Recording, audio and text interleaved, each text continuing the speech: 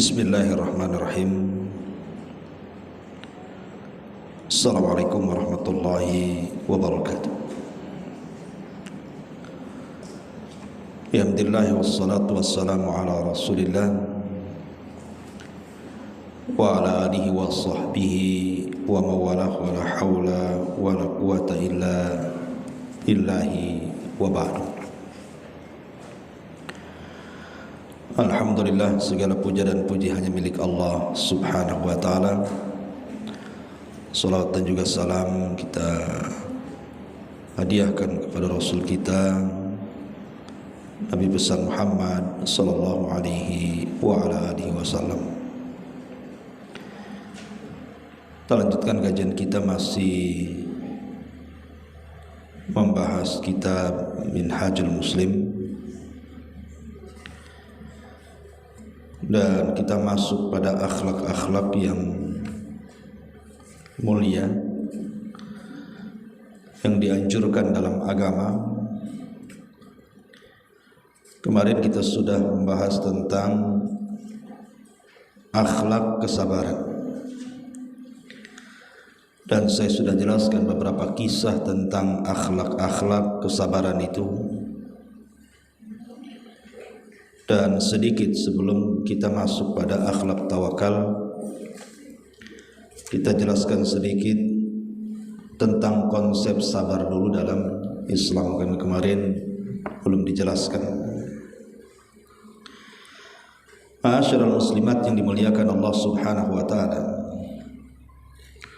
sabar dalam Islam itu, kata para ulama, karra'si alal jasad, seperti kepala di dalam badan. Ibu bisa bayangkan kalau ada badan tanpa kepala, kira-kira bisa hidup tidak? Pasti akan mati. Karena badan tanpa kepala itu mustahil. Begitulah sabar dalam Islam. Kalau orang tidak punya kesabaran, maka dia akan sulit untuk melaksanakan syariat-syariat Islam. Bahkan mustahil. Tidak mungkin orang itu bisa melaksanakan Islam tanpa ada kesabaran. Karena sabar itu ibarat kepala dari badan kita. Karena asas dari seluruh amalan-amalan kita itu, baik salat kita, puasa kita, baca Quran kita, zikir kita, haji kita, umrah kita, sebutkan dari amalan kita, itu tidak mungkin kita laksanakan kalau kita tidak sabar. Karena sabar itu asas pondasi dari semua amal yang kita kerjakan. Dan para ulama ketika membagi tentang sabar itu, sabar itu ada 3 jenis. Pertama, sabar di atas ketaatan kepada Allah subhanahu wa ta'ala. Yang kedua, sabar ketika menjauhi kemaksiatan kepada Allah azza wa jalla. Dan yang ketiga, sabar saat menghadapi qada dan qadar Allah subhanahu wa ta'ala. Inilah tingkatan-tingkatan sabar. Dan tingkatan yang paling tinggi adalah sabar di atas ketaatan. Dan sabar di atas ketaatan itu tidak bisa dilakukan kecuali karena orang-orang itu mengikhlaskan ibadah kepada Allah. Kalau orang tidak ikhlas, tidak mungkin sabar. Hanya orang-orang ikhlaslah yang bisa sabar saat melaksanakan ketaatan kepada Allah azza wa jalla. Karena kalau kita mendorong kesabaran dengan keikhlasan itu, maka ibadah yang berat bagi dia itu akan terasa ringan. Bahkan lebih daripada itu akan terasa lezat. karena dilakukan karena Allah Subhanahu wa taala dan penuh dengan kesabaran. Karena kalau orang tidak sabar dalam melaksanakan ibadah, seperti ibadahnya orang munafik, yang Allah Subhanahu wa taala katakan mereka tidak tegak untuk melaksanakan salat illa wahum kusala, kecuali mereka malas. La yadhkurunallaha illa qalila, tidak mengingat Allah kecuali sedikit. Itulah orang munafik. Kenapa mereka malas untuk salat, malas untuk ibadah, tidak banyak berzikir kepada Allah Azza wa Jalla, suka mengakhir-akhirkan salat? Karena mereka tidak ada kesabaran. Orang munafik itu tidak punya sabar. Kenapa tidak punya sabar? Karena tidak ada keikhlasan. Ibadahnya bukan karena Allah, ibadahnya karena selain Allah. Yuraunan nas, mereka hanya ingin dipandang manusia saja. Makanya kalau orang bisa bersabar ketika beribadah kepada Allah Azza wa Jalla, maka dia akan semangat, bahkan akan mendapatkan kelezatan. Karena tidak mungkin orang bersabar dalam ibadah kecuali karena dorongan ikhlas. Yang kedua, sabar ketika meninggalkan kemaksiatan kepada Allah. Kenapa Allah Subhanahu wa taala letakkan sabar saat meninggalkan maksiat itu masuk dalam tartib yang kedua? Karena orang yang meninggalkan maksiat itu belum tentu karena Allah, tapi kalau sabar dalam melaksanakan ketaatan sudah tentu karena Allah. Tapi kalau meninggalkan maksiat itu belum tentu karena Allah. Bisa saja dorongannya karena sesuatu hal yang lain. Seperti orang yang biasa mabok tidak mabok karena habis uangnya. Seperti orang yang suka berzina tidak berzina karena terkena penyakit AIDS kemudian dia berhenti. Seperti orang-orang yang berbuat jahat, dia tidak melakukannya karena sakit. Bahkan orang-orang kafir, ada yang tidak minum khamr. Ketika ditanya, kenapa anda tidak minum khamr? Mereka jawab apa? Demi kesehatan. Jadi meninggalkan maksiat itu belum tentu karena Allah. Orang kafir pun bisa kan begitu.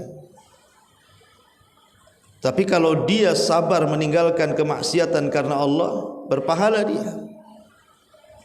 Makanya kemudian diletakkan di peringkat yang kedua.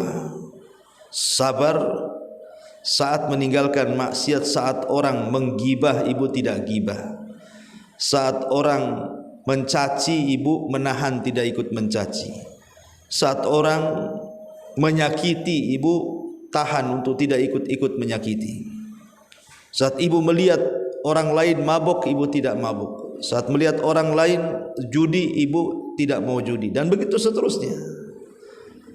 Menahan hawa nafsu untuk tidak melakukan kemaksiatan, itulah yang disebut dengan sabar, tidak mau melakukan kemaksiatan kepada Allah Azza wa Jalla. Ini yang kedua. Yang ketiga, sabar menghadapi qada dan qadar. Sabar menghadapi qada dan qadar Allah Subhanahu wa taala. Seperti di zaman Nabi sallallahu alaihi wasallam, ada seorang wanita yang menangis gara-gara meninggal salah satu putranya, dan itu putra satu-satunya. Kemudian dia pun tidak mau meninggalkan kuburnya dan menangis menghadap kuburnya. Lah kebetulan Nabi sallallahu alaihi wasallam lewat di situ. Kemudian kata Nabi sallallahu alaihi wasallam, "Ittaqillah ya ummah." Bertakwalah kau kepada Allah. Tidak boleh melakukan seperti itu, karena itu termasuk niyaha alal mayyit, tidak terima dengan kematian si mayat, menolak takdir, itu tidak boleh.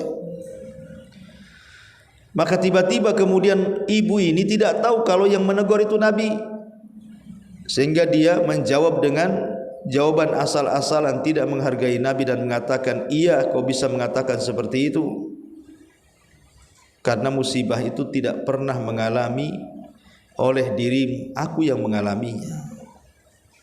Wanita ini tidak sadar ngomong sama siapa dia, kok bisa dia mengatakan seperti itu. Ya, kau bisa ngomong begitu karena musibah ini tidak menimpamu, musibah ini menimpaku.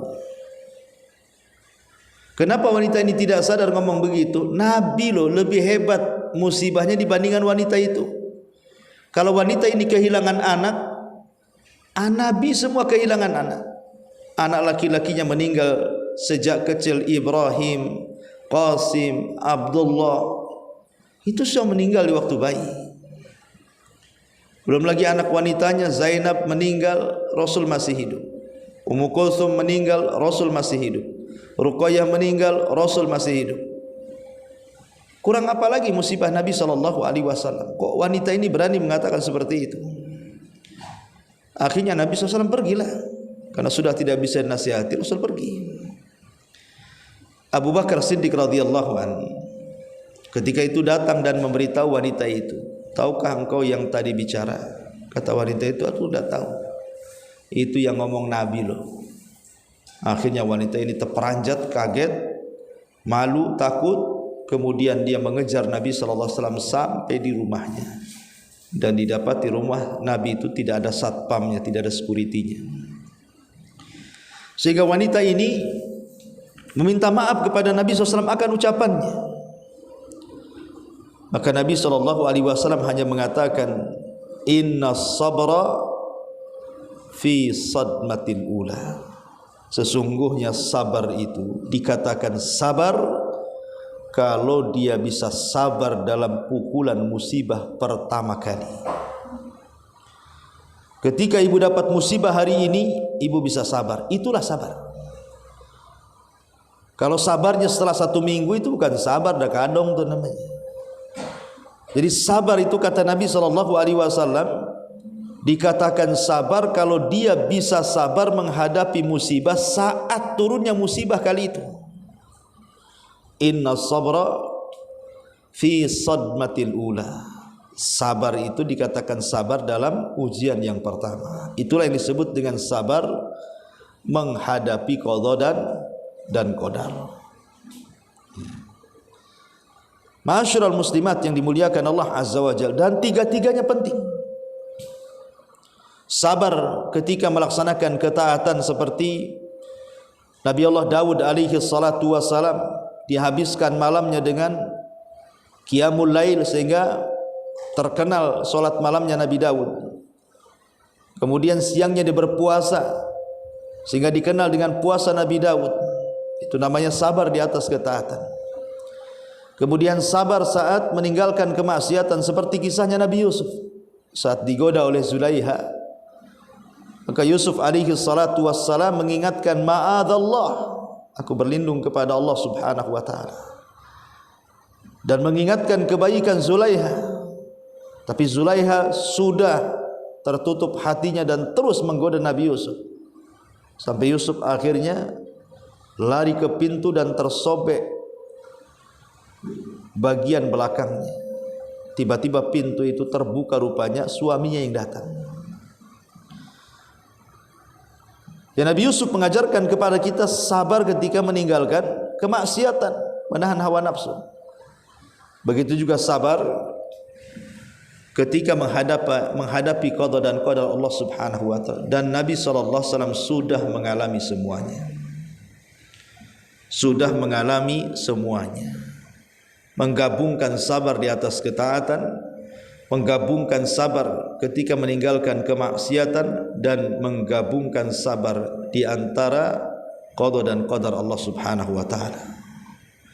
Terutama yang terakhir, bagaimana Nabi SAW diberikan ujian itu luar biasa.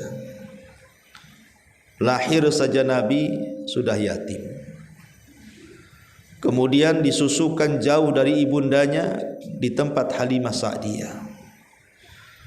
Kemudian setelah itu dirawat, ibunya meninggal, dirawat oleh kakeknya. Hanya 2 tahun kakeknya meninggal. Kemudian dirawat oleh pamannya. Pamannya hidup serba kekurangan. Sehingga di usia remaja Nabi SAW sudah pontang-panting mencari uang dengan menjadi penggembala kambing. Kemudian diangkat beliau jadi Nabi. Banyak orang-orang yang kemudian menghina Nabi, mencaci, memaki, mengatakan Nabi gila, Nabi tukang sihir. Dikatakan Nabi SAW dukun, tukang tenun, pemecah belah, perangkai syair dan macam-macam. Belum lagi disakiti secara fisik. Kemudian Nabi SAW harus diusir dari Mekah, kemudian hijrah ke Madinah. Kemudian di kota Madinah istrinya difitnah berzina dengan Safwan ibn Mu'attil. Tersebarlah fitnah kepada keluarga Nabi SAW. Dan begitu seterusnya. Tapi Nabi SAW adalah Nabi yang luar biasa, mengajarkan kepada kita bagaimana cara menghadapi hidup. Sehingga kita sebagai umatnya, Bu, kalau ibu dapat musibah, sebutkan apapun musibahnya. Coba lihat musibah Nabi. Pasti yang ibu rasakan pernah dirasakan Nabi, dan Nabi mengajarkan bagaimana cara solusi menghadapinya. Menghadapi dengan cara sabar di atas qada dan qadar Allah Subhanahu wa taala. Dan sabar juga selain daripada ada 3 jenis ini, ada 3 jenis yang lainnya yang disebut dengan sabar lillahi, sabar billahi, dan sabar ma'allahi. Ada sabar billah, ada sabar lillah, ada sabar ma'allah. Dan ini berlaku di 3 sabar tadi. Ketika kita sabar di atas ketaatan, maka sabarlah lillah wa billah wa ma'allah. Ketika kita sabar meninggalkan kemaksiatan kepada Allah, maka sabarlah lillah karena Allah, billah dan juga ma'allah. Ketika kita sabar menghadapi qada dan qadar, berarti kita juga harus sabar lillahi wa billahi wa ma'allah. Berarti semua ada 9 macam kan. Kita kupas sedikit.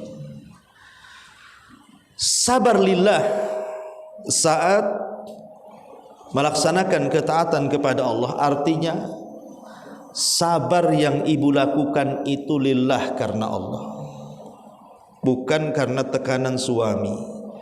Kata suami, kau sholat, kalau tidak saya ceraikan kamu. Bukan itu. Betul-betul melaksanakan ketaatannya lillah karena Allah. Karena sesuatu yang dikerjakan karena Allah itu, maka akan ringan bagi dia. Kemudian yang kedua, saat bersabar menghadapi ketaatan kepada Allah itu harus billahi. Apa billah? Ba di sini maksudnya ba al-isti'anah. Kita meminta pertolongan kepada Allah Azza wa Jalla supaya kita bisa sabar. Sebab pertolongan Allah itu penting. Ibu tidak mungkin sabar mendengarkan kajian saya di sini kecuali ibu dapat pertolongan Allah, sehingga ibu bisa melangkahkan kaki dari rumah ke masjid ini. Kalau tidak ada pertolongan Allah, Bu, ngapain datang ke Masjid Sholahuddin? Karena Bu Mero ada YouTube-nya, bagus, live aja tengok di YouTube kan begitu. Itu tak sabar tuh. Ya, dia tidak tahu bahwa hadir dengan tidak hadir itu beda. Kalau hadir itu memang duduk di majelis taklim, didoakan para malaikat, dihapuskan dosa-dosanya, banyak keistimewaannya, diturunkan rahmat, berkah, ketenangan, macam-macam kan keutamaan orang di majelis taklim itu. Ya, jadi sabar billah itu artinya sabar dengan terus meminta pertolongan kepada Allah, jangan sampai futur. Kemudian kalau orang sabarnya sudah karena Allah, kalau orang sabarnya sudah minta pertolongan Allah, maka akan berakhir apa? As-sabru ma'allah. Berarti dia akan terus bersama Allah Subhanahu wa taala. Maka kalau Allah sudah bersama kita, tidak ada yang perlu ditakuti, Bu. Kalau Allah sudah bersama kita, tidak ada yang perlu dikhawatirkan. Begitu juga sabar ketika ibu menjauhi kemaksiatan. Ibu ada niat nih datang ke kawannya mau gibah ria, mau sama-sama gibah nih sudah direncanakan. Sadar ibu, malas saya ke rumah si Anu. Kenapa? Pasti gibah di sana. Tapi suntuk juga di rumah. Mulai setan datang. Pergilah sana, ngapain bengang bohong di rumah katanya. Tapi akal ibu mengatakan, alah nanti sampai di sana gibah lagi. Nah, di sini terjadi perang setan dengan malaikat di sini. Kemudian ibu pikir, sudah tidak mau pergi. Kalau acara gibah saya nggak mau pergi.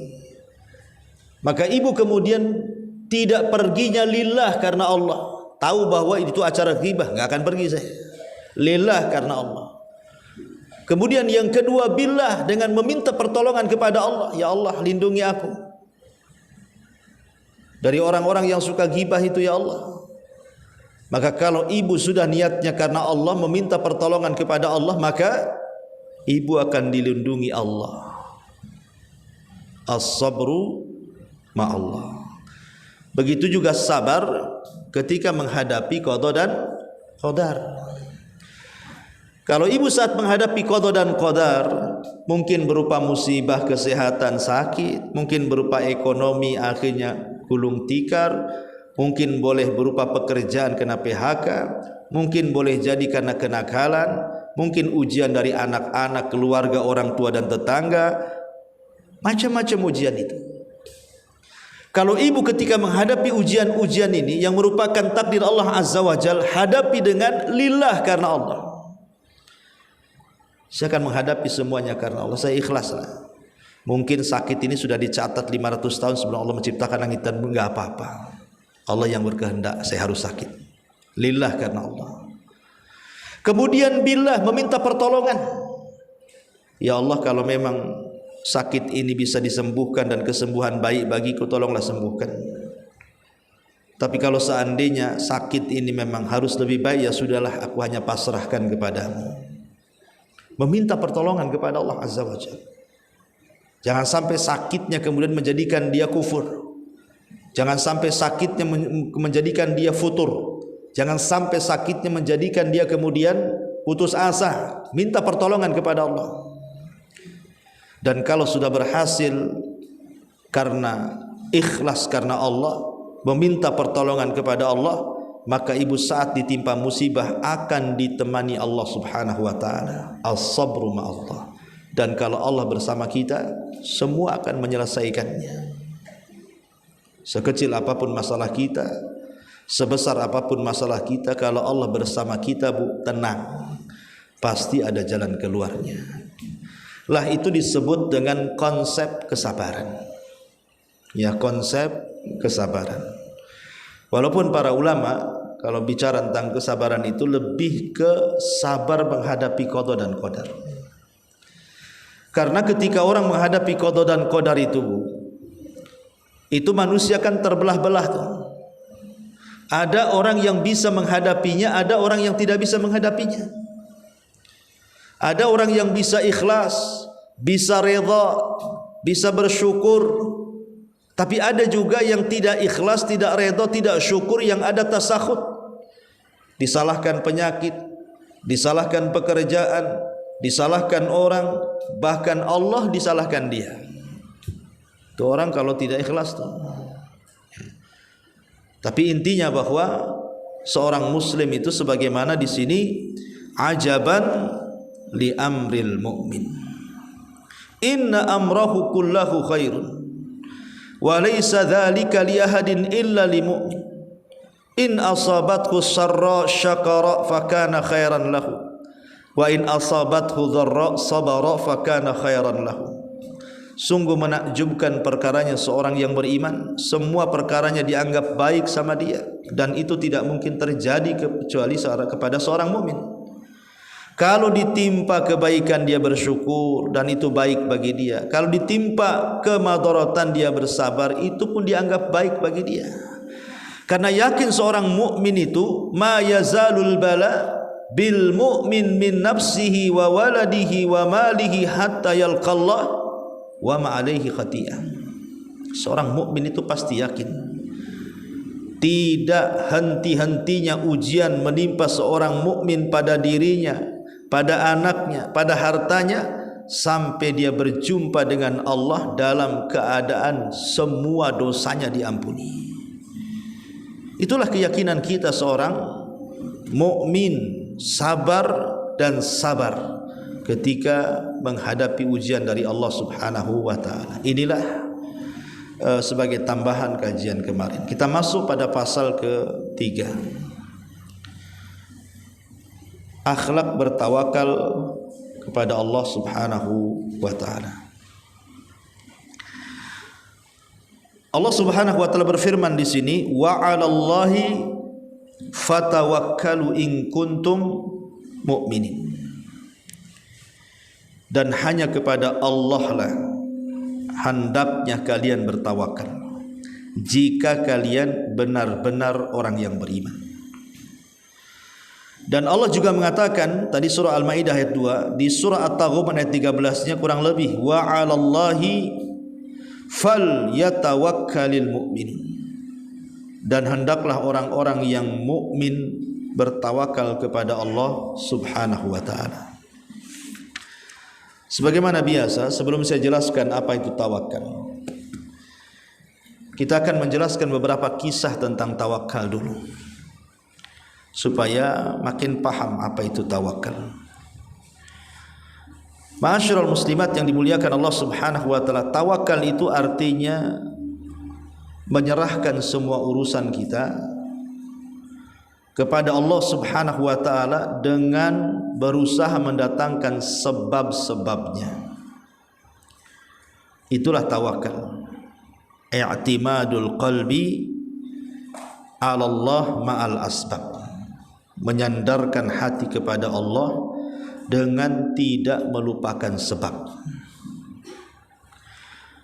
Manusia dengan tawakal ini terbagi menjadi dua. Manusia dengan tawakal ini terbagi menjadi dua kelompok. Kelompok yang pertama adalah kelompok yang betul-betul hatinya menyandarkan diri kepada Allah. Segala urusan dia serahkan kepada Allah. Semua masalah diserahkan kepada Allah. Semua problem pokoknya diserahkan semua kepada Allah. Tapi ada kelompok-kelompok yang lain, kalau ada masalah, kalau ada problem, kalau ada urusan, hatinya tidak menyerahkan kepada Allah Subhanahu wa taala. Tentu hasilnya akan beda. Hati yang menyerahkan semua urusan kepada Allah dengan hati yang tidak menyerahkan urusan kepada Allah, bahkan disandarkan pula kepada selain Allah. Ma'asyiral muslimat yang dimuliakan Allah Azza wa Jalla, di zaman Nabi SAW, ketika Nabi SAW baru saja mengalami kekalahan di perang Uhud. Nabi kalah di perang Uhud, Bu. Ya, namanya Nabi juga manusia, bukan malaikat. Kalau perang kadang menang, kadang kalah, kan itu manusiawi. Tapi di perang Uhud ini sempat kacau, Bu, karena Nabi SAW itu sampai diisukan meninggal. Bahkan gigi gerhamnya sampai pecah, pipinya terkena serpihan helm perang, dan Nabi penuh dengan luka. Bukan hanya Nabi, hampir semua sahabat penuh dengan luka. Lah ketika kemudian kaum muslimin mengalami kekalahan di perang Uhud, baru saja mereka kemudian sampai di kota Madinah, belum pun mereka beristirahat, luka-luka mereka masih menganga, belum pun diobati. Tiba-tiba ada kabar kepada Rasul bahwa Abi Sufyan yang ketika itu masih kafir, belum masuk Islam, akan membawa pasukan lebih besar dibandingkan pasukan Uhud. Pasukan di Uhud saja sudah merepotkan Nabi, bahkan Nabi dan sahabat kalah. Ini ada isu ada pasukan yang lebih besar daripada pasukan di Uhud, yang dipimpin oleh Abu Sufyan yang ketika itu masih musyrik, untuk menyerang Madinah. Coba bayangkan, Kalau kita yang di posisi mereka, menggigillah kita. Sudah kalah mau diserang lagi dengan pasukan yang lebih besar kan itu. Tetapi Nabi SAW mengajarkan tawakal kepada para sahabat. Dan itu disebutkan di dalam Al-Quran, alladzina qala lahumun nasu innan nasa qad jama'u lakum fahsyauhum fazaduhum imanan wa qalu hasbunallah wa ni'mal wakil. Yaitu orang-orang yang mentaati Allah dan Rasulnya, yang kepada mereka ada orang-orang yang mengatakan sesungguhnya manusia telah mengumpulkan pasukan besar untuk menyerangmu, karena itu takutlah kalian kepada mereka. Maka perkataan itu menambah keimanan mereka, dan mereka pun menjawab, cukuplah Allah sebagai penolong dan Allah sebaik-baik pelindung. Nabi mengajarkan tawakal. Katakan wahai para sahabat, kalau memang ada pasukan yang lebih besar yang datang daripada pasukan Uhud, walaupun kita kalah di Uhud, hasbunallah wa ni'mal wakil. Cukup Allah sebagai penolong, cukup Allah sebagai pelindung. Maka para sahabat bertambah keimanan mereka dan siap tempur walaupun baru kalah. Subhanallah. Akhirnya apa yang terjadi? Ketika Rasul dan sahabat menyandarkan urusan kepada Allah, musuh itu hanya gertak saja, tak datang pun ketakutan. Ya. Itulah kemudian kalau urusan diserahkan kepada Allah. Tapi kalau urusan diserahkan kepada selain Allah, seperti kisah siapa? Kisahnya putra Nuh. Saat Nuh alaihi salam diperintahkan Allah, Nuh naik ke perahu, ke atas perahu, bawa tuh orang-orang yang beriman, binatang-binatang berpasang-pasangan. Sebentar lagi tufan akan datang. Akhirnya Nuh pun membawa keluarganya yang beriman, binatang-binatang sepasang-pasang. Kemudian datang banjir. Mulailah perahu itu diangkat banjir. Dari kejauhan Nuh melihat putranya Kan'an yang kufur, yang ikut agama ibunya. Maka Nuh tiba-tiba selaku bapak masih ada insting sayang sama anaknya. Perahu itu akhirnya mendekati Kan'an dan mengatakan, wahai Kan'an, irkab ma'ana, naik nak ke perahu biar kau selamat. Tapi Kan'an malah mengatakan, qala sa'awi ila jabalin ya'simuni minal ma'. Aku akan mencari perlindungan ke gunung yang dapat memeliharaku dari air bah yang besar itu. Lihat, anaknya Nuh bersandar kepada siapa? Kepada gunung. Memang gunung itu makhluk yang kuat dibandingkan kita, Bu. Tapi gunung itu makhluk Allah. Sekuat-kuatnya gunung tidak bisa melindungi orang, karena gunung itu ciptaan Allah. Ya, memang gunung itu makhluk kuat di bumi ini. Tidak ada makhluk yang lebih kuat dibandingkan gunung di bumi ini. Tapi sekuat-kuat gunung, tetaplah gunung itu makhluk. Makanya ketika Kan'an menyandarkan kepada gunung, sa'awi ila jabalin ya'simuni minal ma'. Enggak mau aku naik ke perahumu, katanya. Aku akan mencari perlindungan ke gunung, dia mengatakan, yang dapat menjagaku dari air besar itu. Maka Nuh menasihati, anakku la asimal yaum min amrillah. Tidak ada nak yang selamat dari azab Allah hari ini. Tidak ada illa man rahim, kecuali orang yang Allah sayangi saja. Tapi Kan'an tetap menyandarkan hatinya ke gunung. Apa yang terjadi? Wahala bainahumal mauju fakana minal mughraqin. Maka jadilah datang gelombang besar menjadi penghalang antara keduanya, maka anak itu termasuk orang-orang yang ditenggelamkan Allah. Lihat, ketika Nabi dan para sahabatnya tawakal kepada Allah, menyandarkan hati kepada Allah, ditolong dari musuh-musuhnya. Tapi ketika putra Nuh tidak menyandarkan hatinya kepada Allah, disandarkan pula ke gunung. Apa yang terjadi? Binasa dia. Maka jangan pernah menyandarkan sesuatu kepada selain Allah. bersandar ke dukun, bersandar ke jimat, bersandar ke tempat-tempat keramat, kan itu. Bersandar ke penguasa, bersandar ke pejabat, bersandar ke polisi, bersandar ke makhluk itu. Kalau disandari, ia kalau kuat sandarannya. Kalau yang disandari tidak kuat, roboh kita dibuatnya. Bersandar kepada presiden, selesai jadi presiden, hilang sandarannya. Bersandar ke polisi, habis purnawirawan, hilanglah kekuatannya. Bersandar kepada orang kaya, ketika dia bangkrut, hilang pula tenaganya. Dan begitu seterusnya. Tidak ada yang pernah kokoh, tidak ada yang pernah kekal kalau sandaran itu diberikan kepada selain Allah Azza wa Jalla. Ma'asyiral muslimat yang dimuliakan Allah Azza wa Jalla, di zaman Imam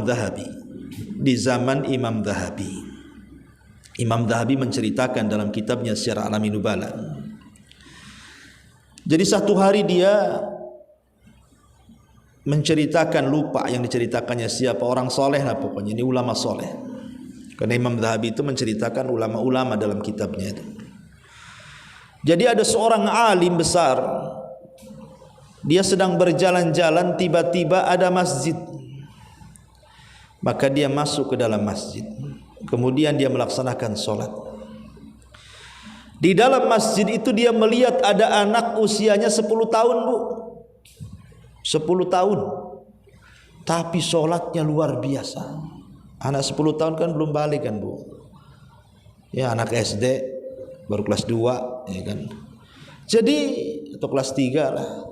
Jadi anak ini sholat dengan sangat khusyuknya, dengan sangat tartilnya, dengan sangat lamanya, seolah-olah nggak yakin dia anak kecil itu.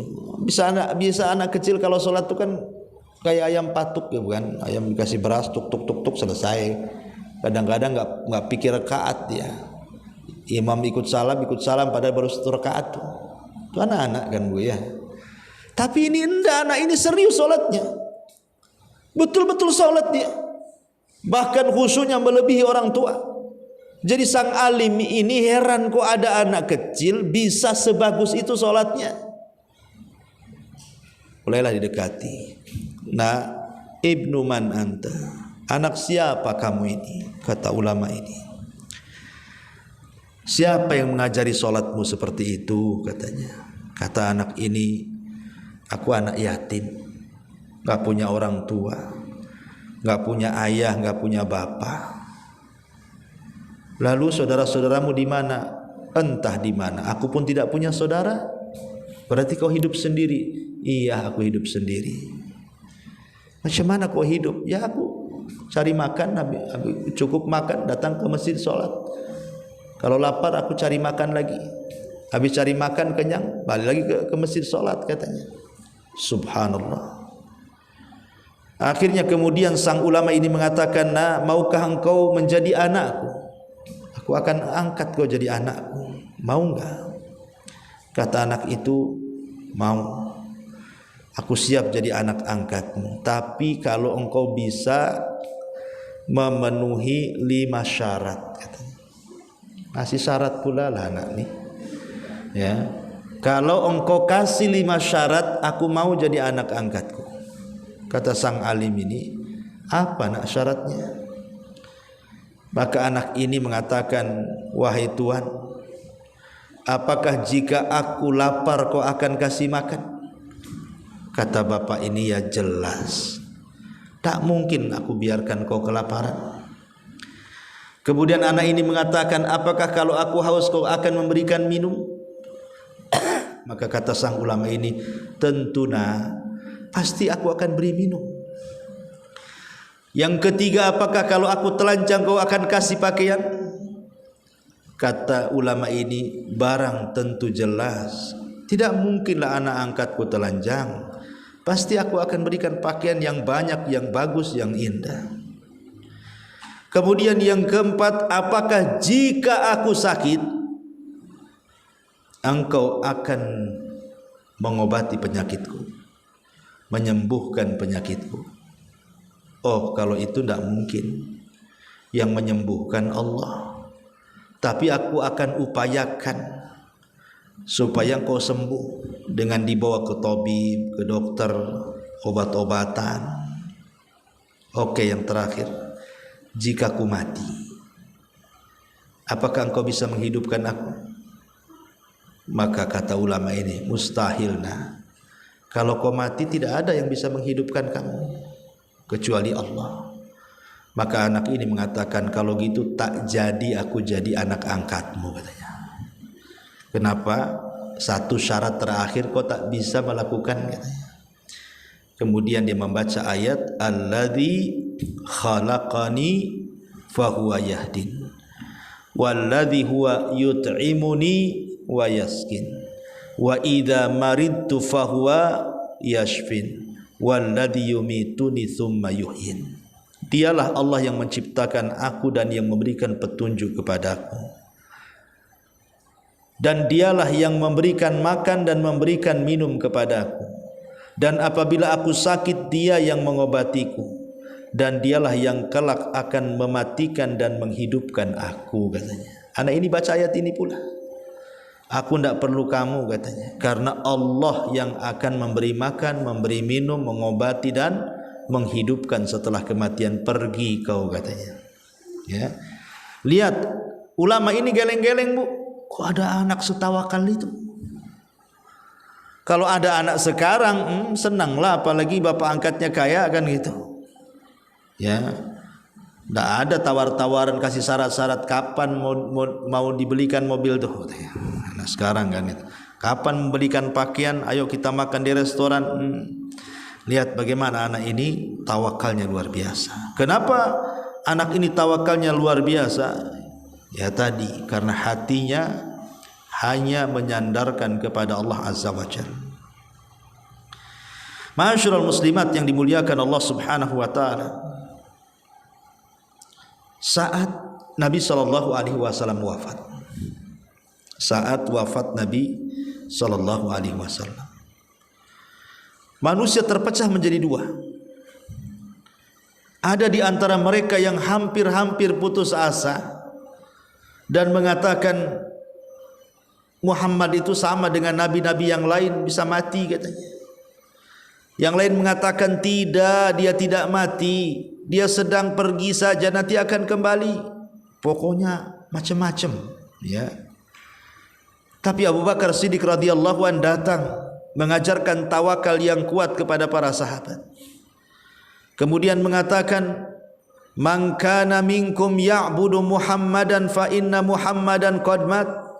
Wa man kana ya'budullaha fa innallaha hayyun la yamut, kata Abu Bakar. Hei manusia, kalau Muhammad yang kalian sembah, Muhammad sudah mati, Muhammad sudah meninggal. Tapi kalau yang kalian sembah itu Allah, Allah zat yang hidup, Allah zat yang tidak akan pernah mati. Jangan lagi bersedih. Muhammad betul-betul mati, karena tujuan kita bukan menyembah dia, yang kalau dia mati selesai Islam kita. Tapi tujuan kita hidup menyembah Allah. Kalau Allah yang kita sembah, dialah zat yang hidup dan tidak akan pernah mati. Sandarkan hati kalian kepada Allah. Subhanallah, Abu Bakar mengajarkan tawakal di sini. Ya. Makanya selepas itu sahabat pun akhirnya sadar. Ya, apa dan bagaimana yang harus mereka lakukan setelah dapat pencerahan Abu Bakar Siddiq radhiyallahu anhu. Di zaman Nabi Hud alaihi salam, Nabi Hud ini umatnya disebut kaum Ad. Dan kaum Ad itu dijelaskan dalam Al-Quran, bu, sangat sombong. Fa amma adun fastakbaru fil ardi. Adapun kaum Ad itu kaum yang sangat sombong, sombong-sombongnya di bumi. Bahkan mereka mengatakan man asyaddu minna quwwah, tidak ada manusia yang lebih kuat dari kami, katanya. Makanya Allah mengatakan lam yukhlaq mithlahu fil bilad, makhluk yang tidak pernah diciptakan sebelumnya itulah kaum Ad. Kuat-kuat, kekar-kekar, besar-besar, tinggi-tinggi, tidak pernah ngalahin orang. Kalau perang, bu, tidak perlu bawa pasukan, cukup ngutus 2-3 orang saja untuk menghancurkan satu kabilah, itu gampang. Orangnya raksasa, ya. besar-besar gitu ya, tinggal dilempari batu aja kan gitu, kabilah itu hancur tuh. Tetapi kaum Ad ini tidak pernah menyandarkan hati mereka kepada Allah. Mereka hanya menyandarkan kepada kekuatan fisik mereka. Tapi lihat Nabi Hud alaihi salatu wassalam, perawakannya tidak sebesar mereka, walaupun Hud bagian daripada mereka. Tapi dia kecil, dia lemah. Tapi walaupun secara fisik dia lemah, dia seorang nabi yang hatinya tertambat kepada Allah, yang hatinya tawakal kepada Allah, yang hatinya disandarkan kepada Allah. Dia hanya mengatakan ketika mendapatkan ancaman dari kaum Ad itu, min dunihi fakiduni jami'an thumma la tunzarun. Dengan yang lain, sebab itu janganlah semua, jalankanlah kata Nabi Hud, jalankanlah semua tipu daya kalian terhadapku. Jangan tunggu-tunggu lagi. Kalau kalian ingin menyentuhku, sentuh sekarang, sakiti sekarang kalau kalian sanggup. Subhanallah, kaum Ad ini kaum yang kuat-kuat, tidak bisa menyentuh kulitnya Nabi Hud. Mengambil satu helai rambut Nabi Hud aja tidak bisa. Kenapa? Karena Hud menyandarkan kepada Allah, kaum Ad menyandarkan kepada kekuatan. Lihat ujung daripada kisah kaum Ad ini, Allah binasakan mereka karena mereka tidak pernah menyandarkan kepada Allah Subhanahu wa taala. Tapi Hud menyandarkan kepada Allah, Allah selamatkan dari musibah besar itu. Nabi SAW juga saat hijrah, lihat hijrahnya Nabi itu akhtarul hijrah kan, sebahaya-bahaya hijrah. Tapi Nabi mencontohkan bagaimana tawakal kuat dan mengambil sebab. Ya, dan bukan tempatnya kita bercerita tentang hijrah Nabi. Tapi yang saya katakan bagaimana Rasul diselamatkan Allah sampai berhasil lepas dari kepungan orang-orang musyrik karena tawakalnya kepada Allah dan karena mencari sebabnya sehingga tawakalnya berhasil. Bahkan Ibrahim ketika meninggalkan Hajar dan juga Ismail di sebuah tempat yang tidak ada tanaman, tidak ada ini, tidak ada itu, matilah sebenarnya Hajar dan Ismail itu sebenarnya kalau secara logika. Tapi Hajar wanita yang tawakal. Kalau ini perintah Allah, Ibrahim tinggalkan saja, enggak apa-apa. Allah tidak mungkin menyia-nyiakan kami di sini. Betul. Setelah Ibrahim pergi ke Palestina, rupanya datang suku Jurhum menyelamatkan dua manusia mulia ini. Kemudian suku Jurhum ikut tinggal di situ pula, akhirnya jadi kampung. Mereka hidup besar, sehat. Akhirnya Ismail pun tumbuh menjadi anak yang luar biasa. Kenapa bisa hidup? Kenapa bisa seperti itu? Tawakal kepada Allah Subhanahu wa taala. Tawakal yang kuat. Dan saya akhiri dengan perkataan Imam Hasan Al-Basri.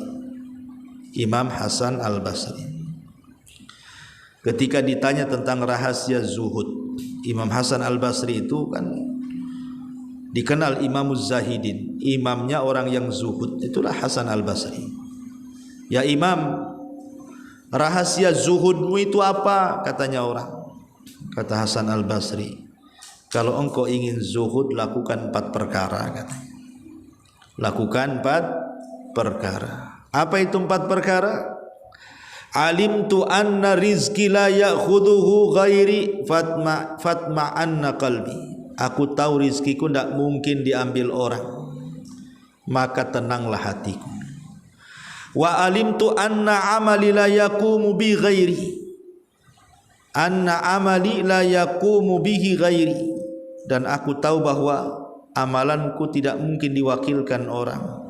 Fasyugiltu bihi wahdi, maka aku yang sibuk sendirian mengumpulkan pahala dalam amalan. Wa alimtu annallaha muttali'un alayya, dan aku tahu bahwa Allah senantiasa memperhatikan diriku. Fastahyaitu an yarani ala maksiatin, aku pun malu kalau Allah sampai melihat aku bermaksiat. Wa alimtu annal mauta yantadiruni, aku tahu kematian itu sedang menungguku. Fa'adadtu zad liliqa'i rabbi, maka ku tambah bekalku karena aku tahu akan ku berjumpa dengan Rabbku. Inilah 4 perkara. Salah satunya apa? Alimtu anna rizki la ya'khudu ghairi. Aku tahu rizkiku tidak mungkin diambil orang lain, maka tenanglah hatiku. Orang kalau tawakal kuat kepada Allah, tidak mungkin khawatir dengan rizkinya. Orang yang tidak tawakal itulah takut kalau seandainya rizkinya diambil orang, sehingga akhirnya saingan sikat sikut kiri kanan, ya, dalam dunia tender itu, karena dia nggak yakin itu, dia harus nyogok sana nyogok sini supaya dapat menang tender, walaupun melakukan hal-hal yang diharamkan, walaupun harus mendolimi orang. Dia nggak yakin bahwa rizki itu sudah di tangan Allah. Kewajiban kita hanya tawakal dan berusaha dengan cara yang baik, ya. Karena kalau orang tidak tawakal begitu, akan berbuat jahat, akan mencuri, akan merampok, akan berbuat jahat. Kalau orang tidak tawakal kan, karena tidak yakin dengan takdir. Ya, wallahu alam. Ya, nanti kita lanjutkan dalil-dalilnya minggu depan karena waktu juga. Taib, sebelum saya tutup, silakan kalau ada yang bertanya.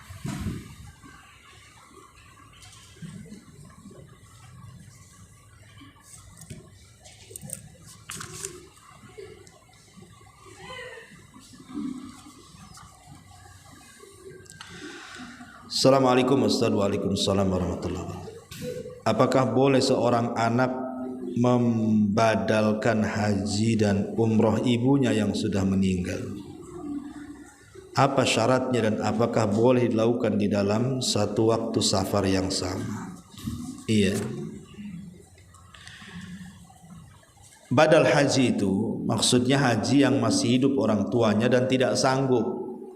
Jadi kalau orang tuanya mau haji, biaya sudah cukup, tapi kesehatan tak bisa melakukannya. Mungkin sakit, stroke, terbaring, akhirnya tidak bisa berangkat haji. Akhirnya dibadalkan, itu namanya badal haji. Dan orang yang membadalkan haji harus haji. Harus haji dulu, baru haji menghajikan orang. Sebagaimana hadis Subrumah. Subrumah ini sedang tawaf. Kemudian ada seseorang yang tawaf kemudian mengatakan labbaik Allahumma labbaik labbaik an Subrumah.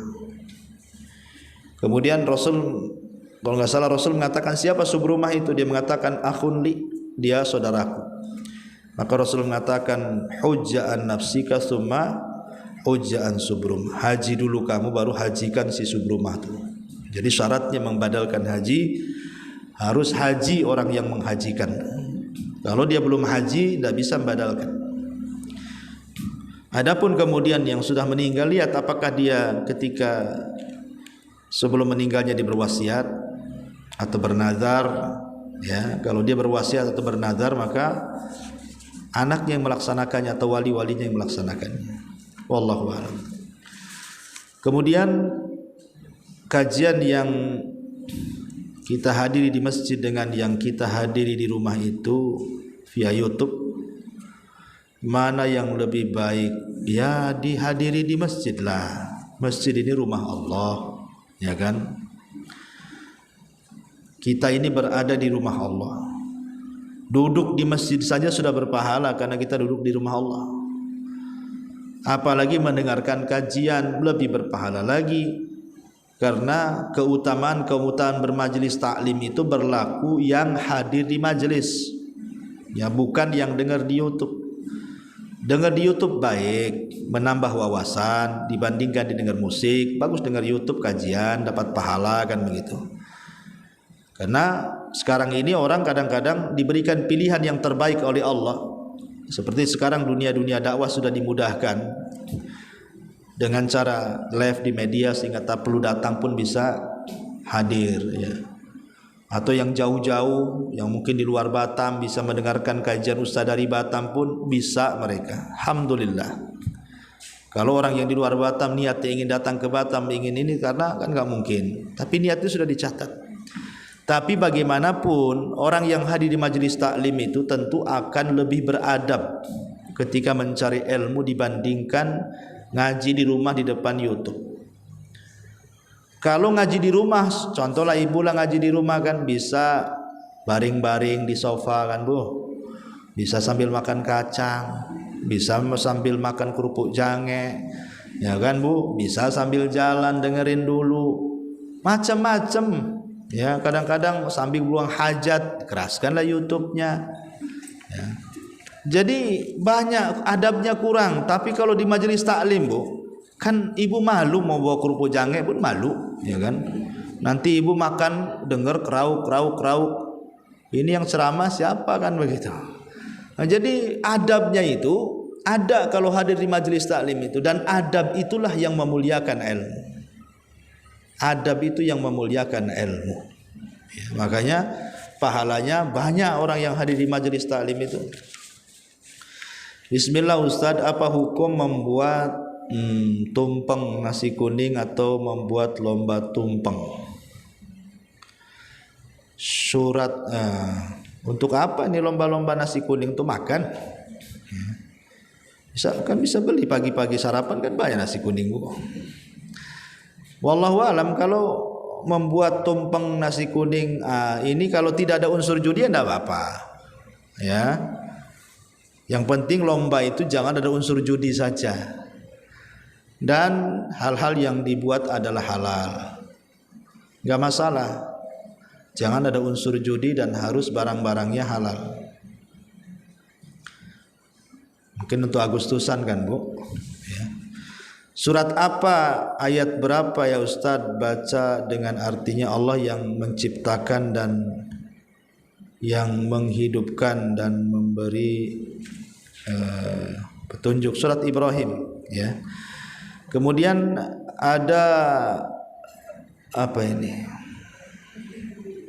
Apa benar ada salafi hizbi? Apa ini? Salafi sururi atau salafi asli?